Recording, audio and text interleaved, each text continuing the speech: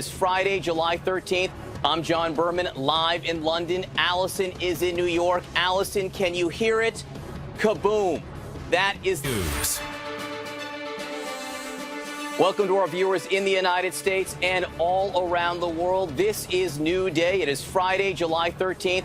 I'm John Berman, live in London. Allison is in New York. Allison, can you hear it? Kaboom.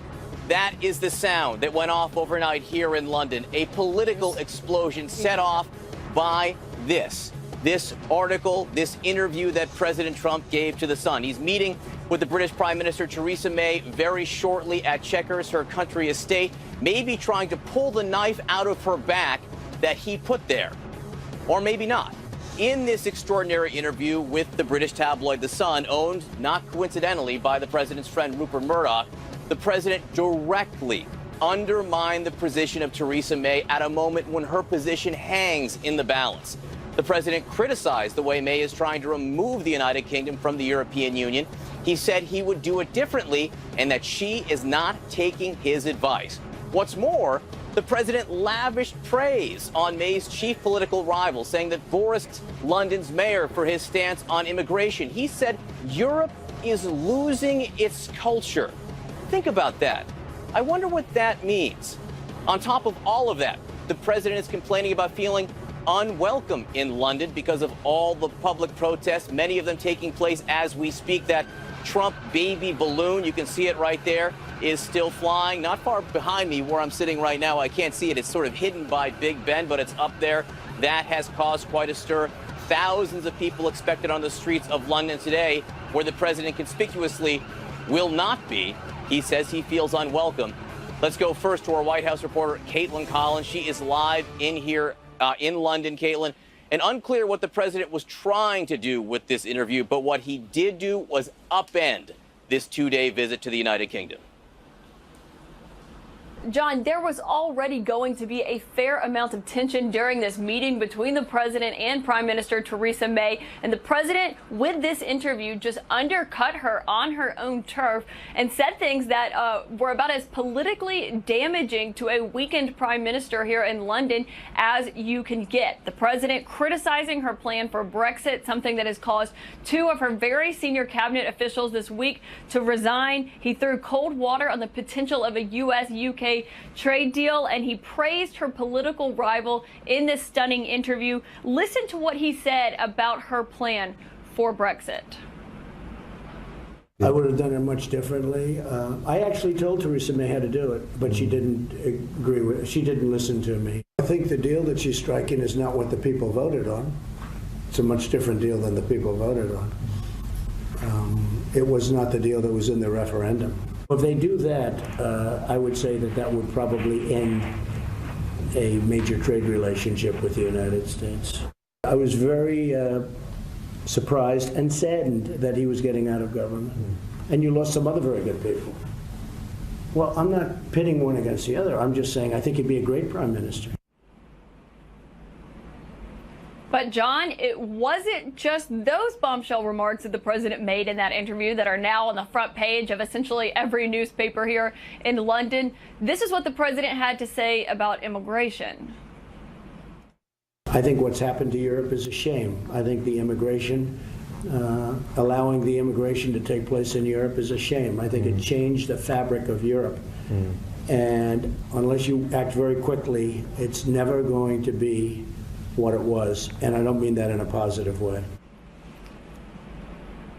Now, the White House is trying to do damage control after this interview dropped last night, right after that dinner between the president and May, something they thought wasn't going to be published until today, those remarks that the president made.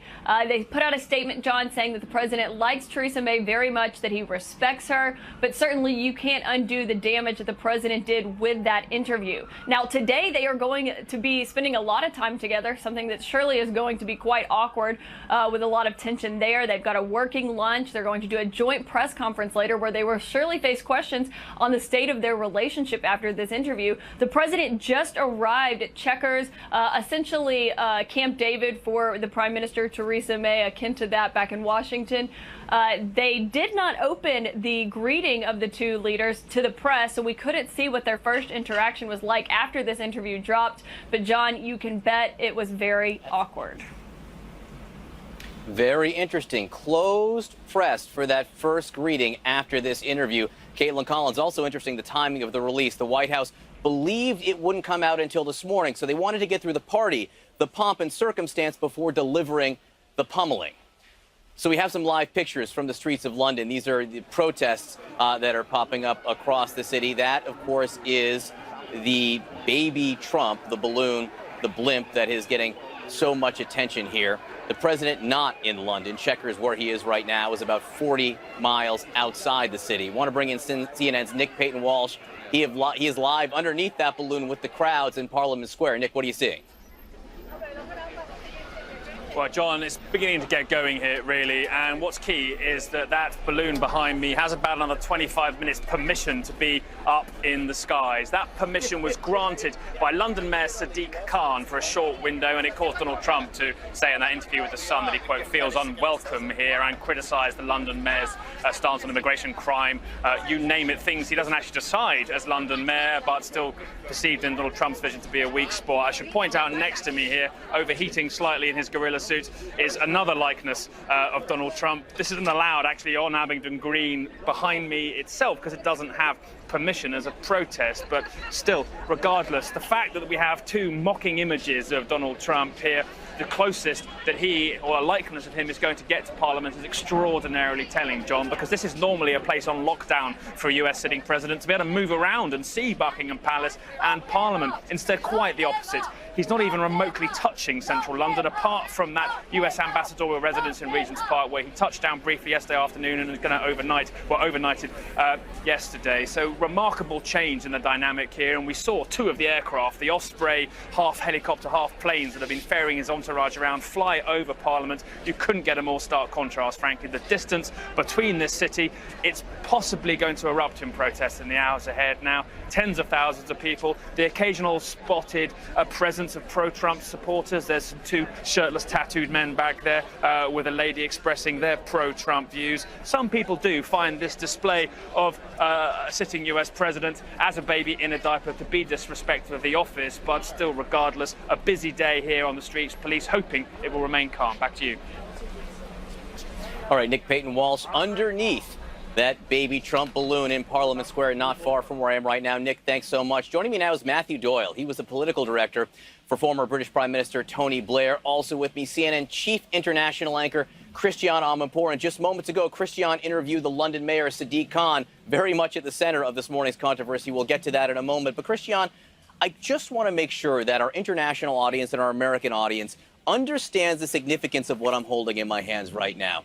This interview, which the president gave on Wednesday in Brussels, right? It was supposed to, they thought it was going to be released today, but this hit like a giant political explosion here. And for all the reasons you said, it's owned by Trump's friend, a very pro-Brexiter, pro-Trumper. He looks like he's got his talking points from Boris Johnson, all of that kind of thing. But you're absolutely right. Look, we've already established that President Trump is not on the normal spectrum of diplomacy and what foreign leaders do to each other and how they treat each other. So just the fact that he gave that interview ahead of his visit, you know, briefing against the chief ally, right, the special relationship, if we still believe in that, briefing against the special relationship, briefing against the mayor of London, with whom he's had a long-running feud ever since he, as a candidate, said he would ban all Muslims from coming into the United States. So that's the sort of context. But I would say he's nothing if not consistent.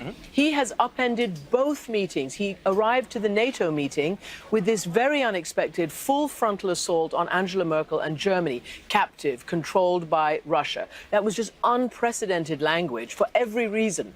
And now he's doing the same thing with Theresa May. Who knows? It may end up just fine in the end. They may chat to each other and come out and have a joint press conference, and it may be just fine. But those are his views. He is very concerned about a different colored reality in America, in Europe. We have demographic realities. We have people who are not like back to the old times. It's not just a majority white nation or world anymore. And he's mourning that. You can see what he said to the Sun. I want to talk about that in just a second, because I think those words are very, very important and notable. But I want to stick to Theresa May if I can for a moment. You said we don't know what we're going to see. Maybe they'll come out hand in hand, all smiles. I kind of doubt it, Matthew Doyle.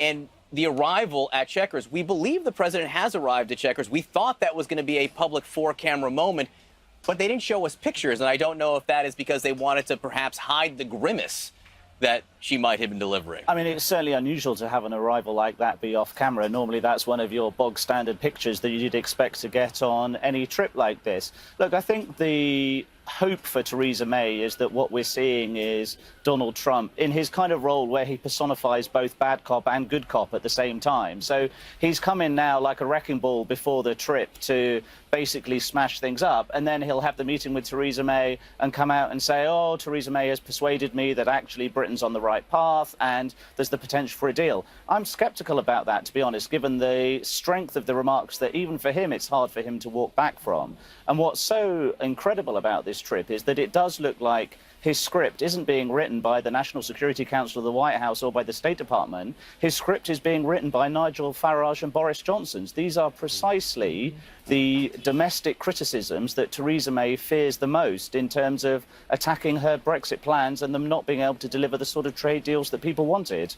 Inside the Sun article, one of the things it does note by the writer there is that they didn't feel that the president listened to anyone anyway. It wasn't as if he was listening to his advisors. He did what he wanted, said what he wanted. He acted like an emperor, it says in this article, brushing away Sarah Sanders when she said the interview was over. It was supposed to be 10 minutes, ended up going 28. Fascinating. So, Christiane, you spoke to Sadiq Khan. I did. The mayor of London here. The president directly criticized him for what he considers crime and terrorism taking place in London. But Sadiq Khan, the mayor, also directly addressed this confrontational approach the president has taken to Theresa May. He did. He talked, I mean, I specifically put to him, how did you feel when you saw this today? And here he is coming to your city, sort of bypassing it, and he's going to meet the Prime Minister. She may be in a different political party, but nonetheless, what do you think of it? This is what he said. I think a lot of us were surprised, not just in relation to the timing, but what he said during the interview. I went to bed last night knowing there's this interview in the Sun and woke up today to read the interview, and it must have been a very difficult evening for Prime Minister May at the dinner she had with him last night. But I think some of the things he said during the interview will cause upset to Londoners and will explain, I suspect, why many Londoners, and by the way, they include Londoners who are Americans, will be protesting today. So he talked about that, but he did actually refer to the blimp and the baby and this and that and the protests as well. And when we asked about it, when I asked him, I mean, do you think it's disrespectful to the office? Why have you given permission? He said, look, we have a history. We're a democracy. We have a history of political protests. This is a political protest. Can you imagine, he said to me, cancelling a political protest in New York or Chicago or San Francisco or any such place? And of course, reminded me that when President Bush came here during the Iraq War, big protest. President Reagan during the, height of the antagonism during the Cold War and wanting to put nuclear missiles in Britain and elsewhere, there were big protests. But as he said, they weren't as thin-skinned, and they nonetheless still came to the capital city. I'm just getting updates, Matthew, in my ear about some of the things we understand the president has been saying so far this morning. He's at Sandhurst, which is the Royal Military Academy. He visited there first for a tour and a look at the troops before going to Chequers. And I understand he said things along the lines of the special relationship is strong, the United States relationship with the UK continues to be strong, and we look forward to having a meeting on a number of issues, including trade and not. I think trying to make it clear that everything is normal, nothing to see here, move along. It's all fine, Theresa May is my best friend and so on. Look, this is part of the problem with the special relationship. Partly in the nature of the world today, no one country has a special relationship with another. America has strategic relationships all around the world, and rightly so. And sometimes this kind of obsession with a special relationship can be somewhat distracting as a piece of rhetoric. But where it matters and where it comes into conflict is this is essentially an alliance of people and values that goes over generations. And where it goes wrong is when it looks like there is a clash of the ideology and it becomes about the individuals that are concerned. And I think that's why you're going to see so many Londoners protesting on the streets today. And if my Facebook feed is anything to go by, it's not the usual suspects who will be going to these protests today, but people who normally wouldn't go on a sort of political protest, precisely because, and Christiane was very diplomatic in her language, but, you know, to be blunt, the people in this country do regard the president's rhetoric as being racist and Islamophobic in the way that he talks about the mayor individually, but also what's happening in Europe as a whole. Let's talk about that. And if we can, I want to play you the sound of what he said again, just so we fully understand what he's talking about here when he says that Europe, you are losing your culture. Listen to the president's statement there first. I think what's happened to Europe is a shame. I think the immigration, allowing the immigration to take place in Europe is a shame. I think it changed the fabric of Europe.